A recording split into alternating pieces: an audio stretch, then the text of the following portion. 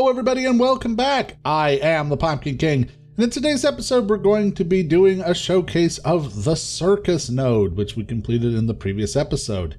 Coming straight up ahead we have Bruno, our elephant. He's based on the Bastille elephant in France and works for both the Circus and Steampunk Nodes. I built him before I got started on this.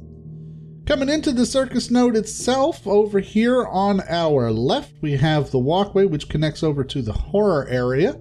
And this is also where we have our little kiddie carnival carousel here. I put in this bandstand over here next to the horror node to sort of bridge the gap a little bit and add to that Victorian feel from the antebellum cemetery that we have horror mode. One of the things I like to do in the Circus Node here is I like to disguise buildings as tents and stuff. So we have bathrooms and such inside there.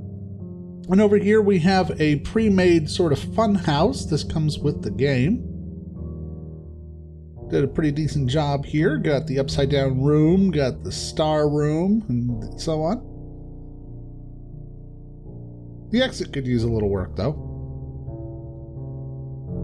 Right across the street we have ourselves a churros stand. I have so many food carts and stuff throughout this node. It is crazy, and we'll be seeing those as we pass through.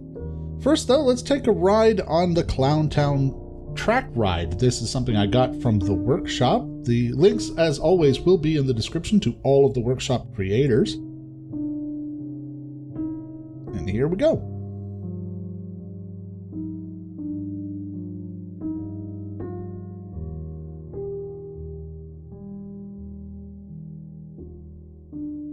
I'm not entirely sure why this ride is called Clowntown when it's kind of horrific. I mean, there's guys getting sawed in half, and I just say that guy seems very nonchalant about it. He's like, oh, ho-hum, getting sawed in half again. Coming around the corner, we got, some pirate skulls, flashing lights, all kinds of stuff. So, but my point is, there's a lot of spooky stuff, but there's no clowns. So why is it called Clowntown? I have no idea. I enjoy it though, and it's a big crowd pleaser. I have this closed down to the public at the moment because if I didn't, they would all be riding this and nothing else in this Circus Node.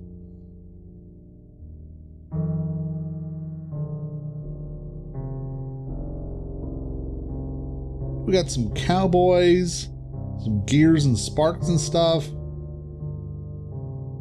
I'll be honest, if there's a narrative to this ride, I would love to hear it. So if the creator or anyone who knows the creator watches this video, put a comment down below telling me what the theming for this ride is, what the story is, because I would love to know that.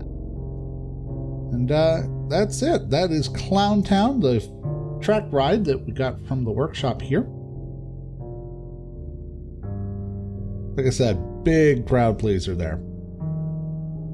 Coming out from that, across the street, we have this little arcade here where we have some of the small attractions. There's a claw machine, there's popcorn, gumballs, all kinds of stuff. And over here we have our little circle of food trucks. Once again, a lot of carts were downloaded from the workshop. They did tremendous work. Really getting a lot of good downloads from the workshop for this node in particular.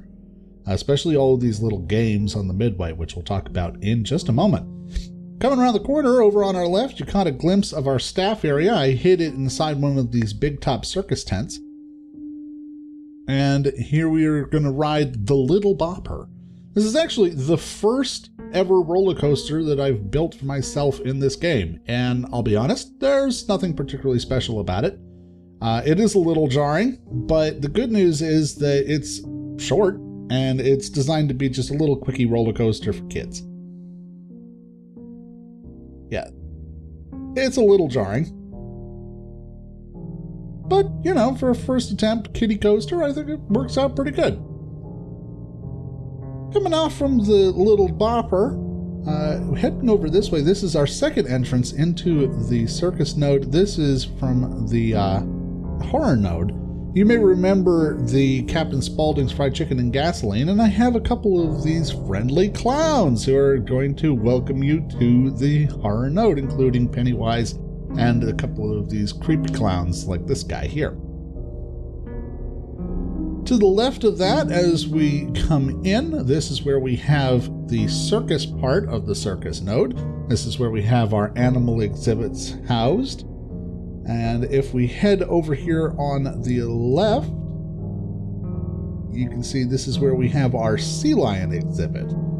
There is 3 sea lions in here. There's also a couple of toys and stuff. And remember, we wanted to try to integrate Planet Zoo and Planet Coaster together. So having this work directly from one to the other is, I think, probably the best way to handle that.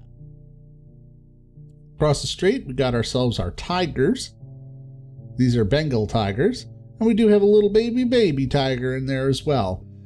Remember that all of the animals that are bred in the Pure Conservation Zoo, the accompanying save file from Planet Zoo for the Pure Imagination, are actually also being bred for purposes of having the maximum comfort met within their enclosures. So that's just a little extra challenge for myself. We have ourselves a giraffe and some zebras over here. This one's coming to say hello. Hey, buddy. There you go. And we've designed their enclosure to look like one of the circus train enclosures. And then over here, we've got some lions. This is our pride of lions. There are 4 male lions in here. And we've got our sloth bears. So we have lions and tigers and bears. Oh my. And of course, we do also have a couple little baby bears in here too, because they had a couple of cubs last time we were breeding. The zookeeper stuff I have inside this tent, hidden in the background here. Just like with our other staff buildings, I put them inside a themed building so that they are tucked up and out of the way. And as we exit out of the circus area, coming over here to the right, we're going to be coming into the Midway section of the Circus Node. The Midway has all of these little games, and I gotta say, the modeling on these are chef's kiss. Absolutely fantastic. It really does feel very much like a proper carnival here. So the modelers who made these did an excellent job with these tiny little games and stuff. In line with that, I did make a few food stands that I themed after the carnivals. You see, we have cotton candy, we've got candy apples, that stuff. Coming around the corner here, you can see we've got a few more of these games. There's a few more of the food stands over here. We have corn dogs, we've got nachos. Good look at the corn dog stand. I'm actually really happy with how these turned out. We have nachos here. We've got ice cream and marshmallows and stuff. We've got burgers, and I'm really, really happy with how those food stands turned out. If you guys have ever been to a state fair, you'll know these are an absolute staple of all state fairs. We, of course, have a couple of rides here in the carnival. We have ourselves a Hellion ring, a swing, a Ferris wheel. Got a first aid tent and our porta johns here. I'm, again, pretty pleased with how this turned out. I used ribs to make the domed roof of the porta john there, and it does have a functioning bathroom inside. Here we have our big boy carousel, which seems like kind of a contradiction in terms, but that's fine. Got a few more carnival rides that you could expect. We've got the hurricane right there. We've got ourselves the bobsled. I don't remember what it's called. We used to call it the Himalaya at carnivals and stuff, where you could ride around in a little circle. And then here we've got more games and stuff, and a replica of the Wild Mouse Double XL, which is from Winter Park. We've got this fun queue as well, so I'm really happy we were able to follow these two folks as they head in. They got spinning stuff, they've got water, they've got turning platforms. Like, the whole queue is like a fun house, which is just awesome. It's really creative to be able to do that, and I just wish that the guests were able to interact with those animations.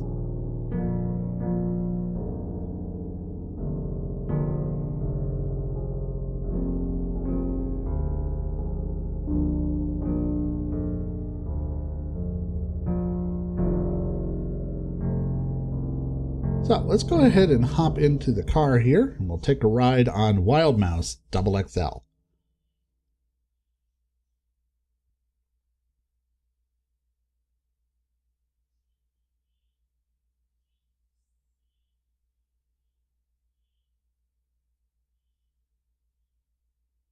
Here behind the roller coaster, you can see we've got the major setup area for the circus. This is where we have all of the trucks and stuff that would have been part of the Circus Node, unloading all of the things necessary for the actual rides and that stuff. And you get a good view across the park from up at the top here. This is actually the first major roller coaster that we have in the park, though of course it will not be the last. Coming up, the next section that we have for the this particular bronco is I want to be doing Coney Island, so I'm really looking forward to doing that as well.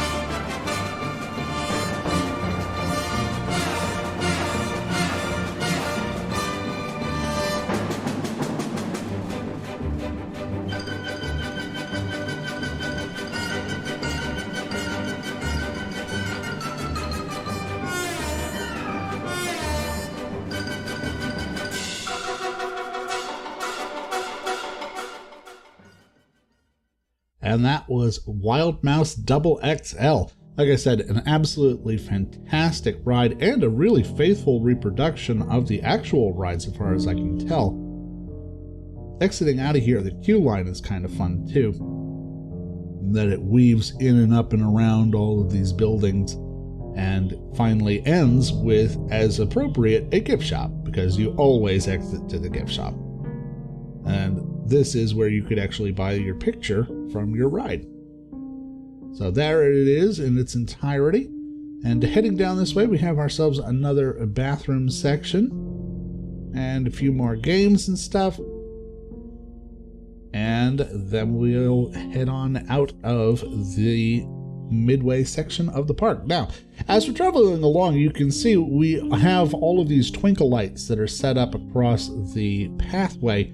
We'll be seeing this again at the nighttime section, but it really does add a really festive carnival feel to the area with all these twinkle lights around. We're coming into the camp section now. This is the Canvas City, where we have all of the performers and stuff for the Big Show Circus housed. We have caravans, we've got RVs, we've got tents, we've got all kinds of other stuff, and this is one I'm particularly proud of. This is our food cart for the Circus Node. It is the food truck for the area that I've developed to look like a churro.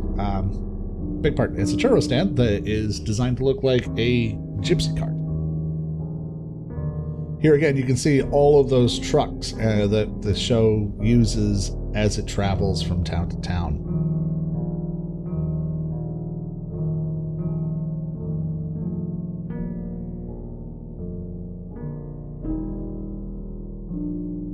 Over here on the left, this is our train station for the Circus Node. It's nothing particularly fancy, but if we come inside here, you can see that we have the station set up like a turn-of-the-century station from North America. We have the bunting on the front, and we also have these neat little lanterns and a fun little planter outside, just because.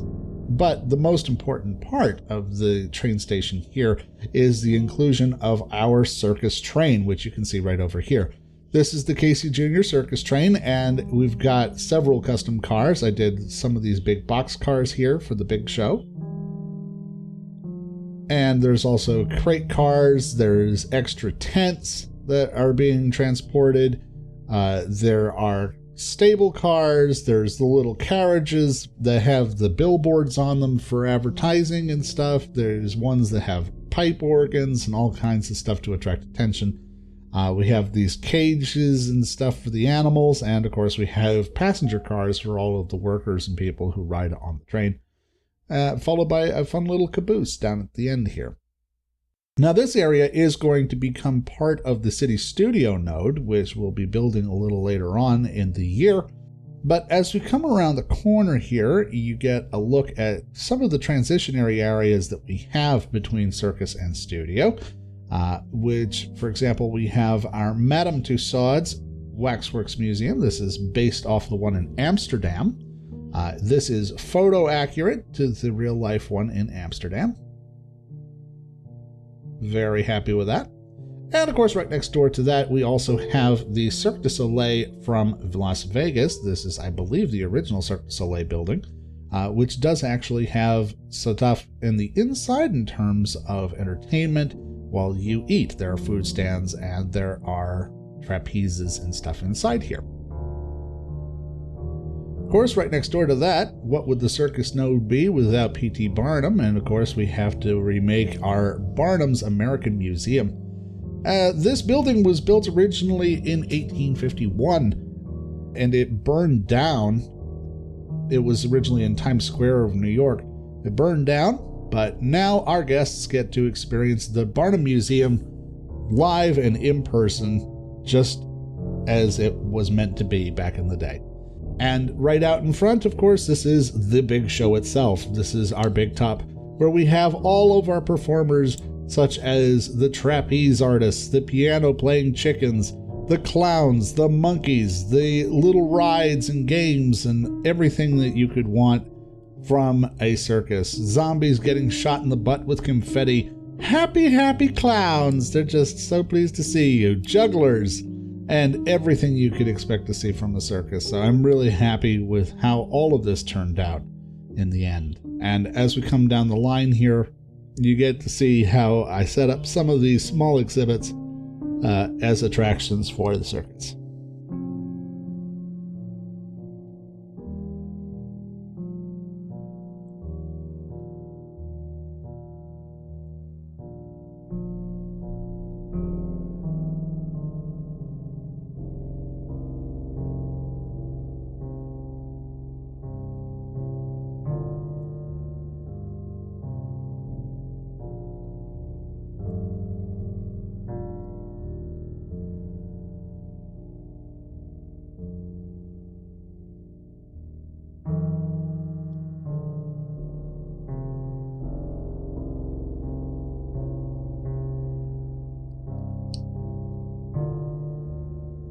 So that is the Circus Node. As we scale to the heights here in our Ferris wheel, you get a good look of how all those twinkle lights really set everything off here in the Circus Node, especially at night. And we get to see the circus from above. This is the best way to see it.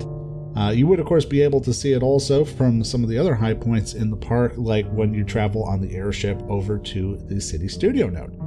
Now, let's take a moment to talk about what is next. As I say, the next node that we're going to be building is going to be the Coney Island node, which is directly opposite this one in zone number 4. I'm really looking forward to doing Coney Island. I'm going to be doing a lot of the historic rides and roller coasters, so you have plenty to look forward to. But until next time, I am the Pompkin King, and I will see you next time.